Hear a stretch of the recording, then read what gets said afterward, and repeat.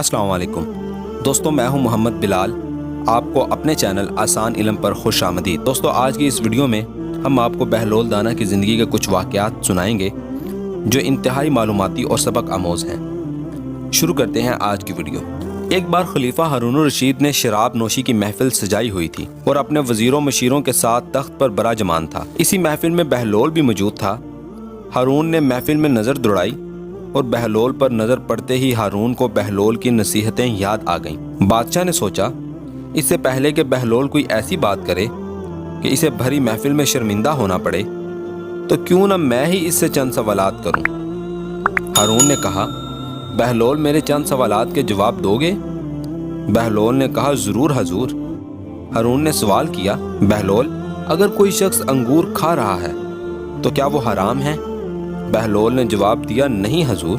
پھر ہارون نے پوچھا، اگر وہی آدمی انگور کھا کر پانی پی لے تو بہلول نے جواب دیا، کوئی حرج نہیں۔ ہارون نے پھر کہا، اگر وہی آدمی انگور کھا کر پانی پی کر دھوپ میں بیٹھ جائے؟ بہلول نے جواب دیا، حضور کوئی مذائقہ نہیں، جب تک چاہے دھوپ میں بیٹھ جائے۔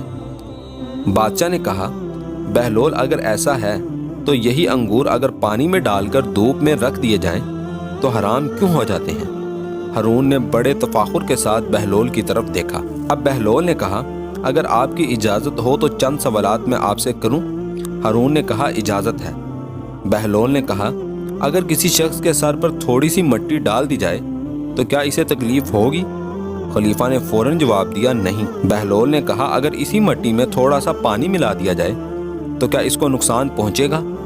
ہارون نے کہا، نہیں، بالکل بھی نہیں۔ بہلول نے کہا، بادشاہ سلامت، اگر اسی مٹی اور پانی کو ملا کر اینٹ بنائی جائے اور اس شخص کے سر پر ماری جائے تو کیا اس کو تکلیف ہوگی؟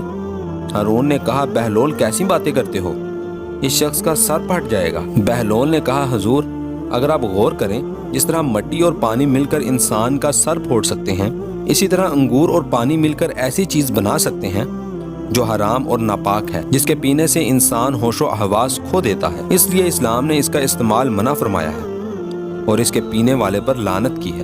دوسرا قصہ، ایک بار ایک فقیر کا گزر بغداد کے بازار سے ہوا جہاں نان بائی کی دکان سے کھانوں کی اشتہا انگیز خوشبو آ رہی تھی۔ فقیر بیچارہ مجبور اور لاچار تھا، اس کے پاس کھانا خریدنے کے پیسے نہ تھے، لیکن بھوک اور کھانوں کی مہک اس کو آگے بڑھنے سے روک رہی تھی۔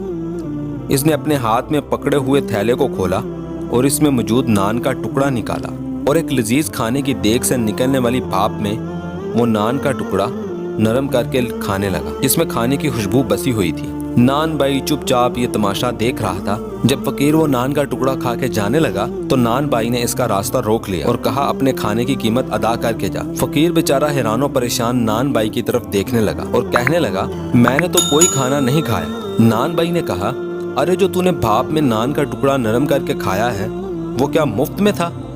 تو نے کھانے کا ذائقہ لیا ہے، چل اب اس کی قیمت ادا کر۔ نان بائی نے کہا، میں تیری جان نہیں چھوڑوں گا جب تک تو قیمت ادا نہ کرے۔ نان بائی نے اس کا گریبان پکڑ لیا۔ فقیر لاچار سوچنے لگا کہ اس ہٹے کٹے نان بائی سے کیسے جان چھڑائے۔ اسی دوران میں بہلول کا وہاں سے گزر ہوا۔ بہلول رک کر ان دونوں کی بات سننے لگا۔ فقیر نے بہلول کو ہمدرد جان کر سارا قصہ سنایا۔ بہلول نے کہا، ارے یہ تو سراسر زیادتی ہے، مجھے یہ بتاؤ کیا اس غریب نے کھانا کھایا؟ نان بائی نے کہا، کھانا نہیں کھایا لیکن بھاپ سے فائدہ اٹھایا ہے، میں اس کی قیمت طلب کر رہا ہوں لیکن یہ ادا نہیں کرتا۔ بہلول نے کہا، ٹھیک کہہ رہے ہو۔ یہ کہہ کر بہلول نے اپنی جیب سے چند سکے نکالے۔ اب وہ ایک ایک سکہ زمین پر گراتا جاتا اور کہتا جاتا، لے نان بائی، ان سکوں کی کھنک سے اپنی بھاپ کی قیمت وصول کر جو اس فقیر نے کھائی ہے۔ یہ سکوں کی آواز بڑے کھانے کی خوشبو کی قیمت ہے۔ ارد گرد کھڑے لوگ ہنسنے لگے۔ نان بائی نے شرمندگی مٹانے کے لیے غصے سے کہا، یہ کون سا طریقہ ہے قیمت ادا کرنے کا؟ بہلول نے کہا، اگر تو کھانے کی خوشبو اور بھاپ بیچے گا تو اس کی قیمت سکوں کی آواز میں ہی ادا کی جا سکتی ہے۔ تیسرا قصہ، خلیفہ ہارون الرشید کی بیوی زبیدہ ایک پرہیزگار عورت تھی۔ انہوں نے اپنے محل میں 1000 قرآن کے حفاظ اور قاریہ خادمائیں رکھی ہوئی تھیں۔ ان کی مختلف اوقات میں ڈیوٹیاں مقرر تھیں۔ وہ ہر وقت قرآن پاک کی تلاوت میں مشغول رہتی تھیں۔ زبیدہ کا محل قرآن کا گلشن معلوم ہوتا تھا جہاں سے ہر وقت تلاوت کی آوازیں آتی تھیں۔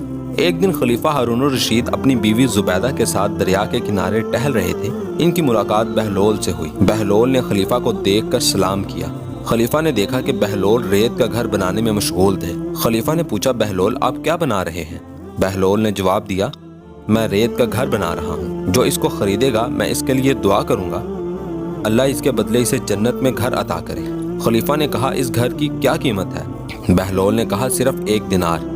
خلیفہ ہنسنے لگا اور وہاں سے یہ سوچتے ہوئے چلا گیا کہ یہ دیوانے کی باتیں ہیں۔ خلیفہ کے جانے کے بعد زبیدہ نے بہلول سے 1 دینار کے بدلے وہ گھر خرید لیا۔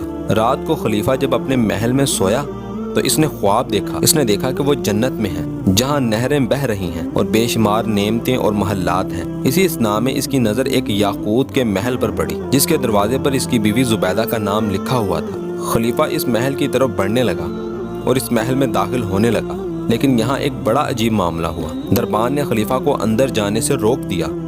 خلیفہ نے اس سے کہا کہ اس محل پر میری بیوی کا نام لکھا ہے، لہٰذا مجھے اندر جانے کی اجازت دی جائے۔ دربان نے کہا، یہاں کا دستور الگ ہے، یہاں جس محل پر جس کا نام درج ہے صرف اسی کو اندر جانے کی اجازت ہے، لہٰذا تم کو اندر جانے کی اجازت نہیں۔ جب دربان نے خلیفہ کو ہٹایا تو اس کی آنکھ کھل گئی۔ اس کو یاد آیا شاید بہلول کی دعا زبیدہ کے حق میں اللہ نے قبول کر لی ہے۔ اس کو افسوس ہونے لگا، اس نے بہلول سے دعا کیوں نہیں کروائی۔ اس نے سوچا صبح وہ پھر دریا کے کنارے جائے گا اور بہلول سے ایسے ہی محل کی دعا کرنے کے لیے کہے گا۔ ساری رات ہارون کروٹیں بدلتا رہا اور صبح ہونے کا انتظار کرنے لگا۔ جیسے ہی صبح ہوئی وہ دریا کنارے چلا گیا۔ وہ بہلول کو تلاش کرتے ہوئے ادھر ادھر دیکھنے لگا۔ اس کو بہلول ریت کے گھر بناتے ہوئے نظر آئے۔ ہارون الرشید فوراً بہلول کے پاس گئے اور سلام عرض کیا۔ خلیفہ نے پوچھا، کیا کر رہے ہیں؟ بہلول نے جواب دیا، ریت کا گھر بنا رہا ہوں۔ ہارون نے پوچھا، کس لیے بہلول؟ بہلول نے کہا، جو یہ گھر خریدے گا میں اس کے حق میں دعا کروں گا کہ اس کے بدلے اللہ اسے جنت میں گھر عطا کرے۔ بادشاہ نے پوچھا، اس کی کیا قیمت ہے؟ بہلول کے جواب نے بادشاہ کو حیران کر دیا۔ بہلول نے جواب دیا، اس کی قیمت پوری دنیا کی بادشاہت ہے۔ ہارون نے کہا، اتنی قیمت تو میں ادا کرنے سے قاصر ہوں۔ کل تو آپ 1 دینار کے بدلے محل دے رہے تھے اور آج آپ پوری دنیا کی بادشاہت مانگ رہے ہیں۔ بہلول دانا نے جواب دیا، بادشاہ سلامت، کل بن دیکھے کا معاملہ تھا، آج دیکھے کا معاملہ ہے۔ کل بن دیکھے کا سودا تھا، آج دیکھے کی قیمت ہے۔ ناظرین، یہ تھے بہلول دانا کی زندگی سے اہم واقعات۔ دوستو، امید کرتے ہیں آپ کو یہ ویڈیو پسند آئی ہوگی۔ اس ویڈیو کو لائک اور چینل کو سبسکرائب ضرور کریں۔ شکریہ۔